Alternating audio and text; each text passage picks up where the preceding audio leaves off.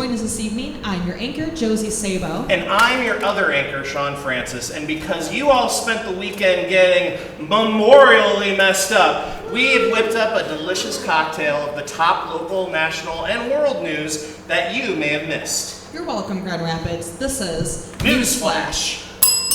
Dong ding! Our top story today, of course, is Memorial Day, where we honor and remember the ultimate sacrifice made by members of our armed forces who died in the midst of battle. Also, there were 12 more shooting-related deaths in addition to the 22 from Uvalde, Texas last week. And that's in addition to the 10 people that were shot at the Buffalo grocery store 2 weeks ago. And that's in addition to the 200 other people that died in shootings this year alone. Meanwhile, about 70 people have been killed by police officers this year. But we don't have a gun or a police problem, you guys. It's mental health. Yeah.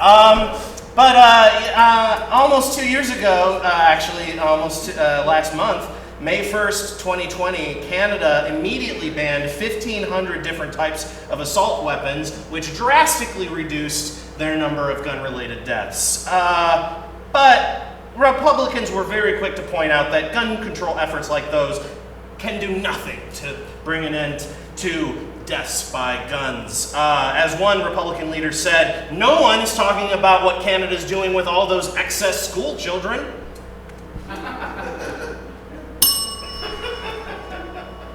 A panel of UK judges have ruled that calling a man bald counts as sexual harassment. The harassment claim was brought to a court by a man who complained that his co-workers called him the bald cunt. In their ruling, the Chief Justice wrote, "There is no excuse for that type of language at a UK manufacturing company. This is the sort of thing that Americans need to reserve at their workplaces at Amazon." Because this is the UK and language is a little bit different there, judges ruled that moving forward, only the following phrases are acceptable. Lazy cunt, stupid cunt, fat cunt, knackered cunt, smelly cunt, bloody cunt, the cunt we all hate, and beardless clam. But not bald. The Michigan Bureau of Elections prevented the names of 5 potential Republican governor candidates from appearing on the ballot in the primary on August 2nd. The candidates needed to present 15,000 valid signatures to appear on the ballot, but instead they presented over 68,000 invalid signatures. Forged signatures, signatures from people who don't live in their jurisdiction, signatures from dead people, stuff like that. So now one of the candidates, Perry Johnson, is suing the Michigan Bureau of Elections, claiming that they are interfering with his right to commit election fraud. "Look at me," he said. "I'm like if Mr. Burns suddenly came to life, painted his hair red, and wanted to take over your state. My platform is more guns and drill, baby, drill. Do you honestly think I would win without cheating?" Grand River. That's a direct quote. That was, I think, a direct quote from him.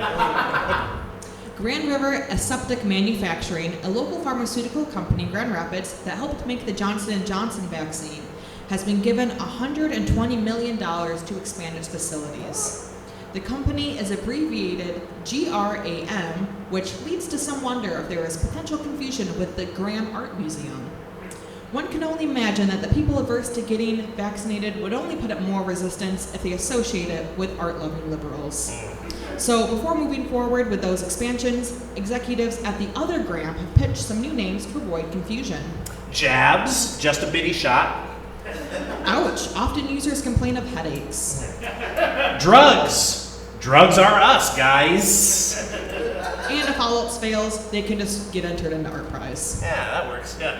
Steamping. After much protesting from citizens, the EU has decided to restrict a bee-harming pesticide, saying that immediate action must be taken if we ever hope to see a sequel to the Bee Movie. And we do know that.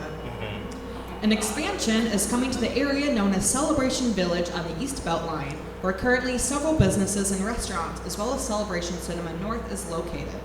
The Grand Rapids Planning Commission has approved development for a hotel, urgent care, and of course, a Starbucks. This also means that they will be adding new cast members to everybody's favorite musical group, the Celebration Village People. In addition to the B-Dubs Grill Master, Celebration Ticket Taker, angsty GameStop teen, and a confused old man, they will be adding a hotel concierge, a drug test pee collector, and of course, a Starbucks barista. Hey guys, Beer City's getting another brewery! Yeah! Nix's gluten-free brewery is opening another tap room soon in GR. Gluten, of course, is the natural protein found in wheat, rye, barley, the main ingredients of beer. But because of a special enzyme they add during the brewing process, they are able to filter and remove the gluten. Similarly, if anyone here drinks a regular beer, your body also naturally filters it, leaving you to become your own source of gluten-free beer. Yeah, but since most people don't want to become Bear Grylls, just nix that idea and go to Nix instead. Samuel L. Jackson was announced as part of the upcoming animated Garfield feature, playing the titular Monday-hating cat's father. The film will now be presumably rated R, with discussion that in France, lasagna is called ratatouille with cheese. Could also be language with cheese, yeah. A trailer for a new horror film based on the popular children's character Winnie the Pooh was released this week. Terrifying. Truly chilling. In it, people are being terrorized by two men in masks, reminiscent of the silly old bear and his friend Piglet. Now, because the characters are technically based on the now public domain work of A.A. Milne, they've skirted copyright issues with Disney, but one thing that remains to be seen is, will the filmmakers address the scariest question? Why doesn't anybody call him Winnie? That's his name, right? Everyone calls him Pooh. I'm just saying, I'd go on a killing rampage too if people were constantly calling me shit instead of for decades. I'm just saying. Villain origin story. Where's Winnie? If you want to buy drinks or snacks on your United Airlines flight, you're out of luck. And the airline is no longer accepting cash on board, or debit or credit cards either. The airline says this is due to COVID concerns, but isn't really, because they're totally okay with passengers flying without masks. They also say that if passengers want to buy snacks, they need to preload their credit cards before they fly. But do they really? It seems that what United Airlines really wants is for passengers to brainstorm new methods for snack purchases. So let's get some out of the way. First, there's a classic, just bring your own snack. Tried and true, it works great. Yep. Next, there's another old classic, getting an allowance for doing chores. Maybe passengers can start doing some light cleaning or baggage handling in exchange for snacks.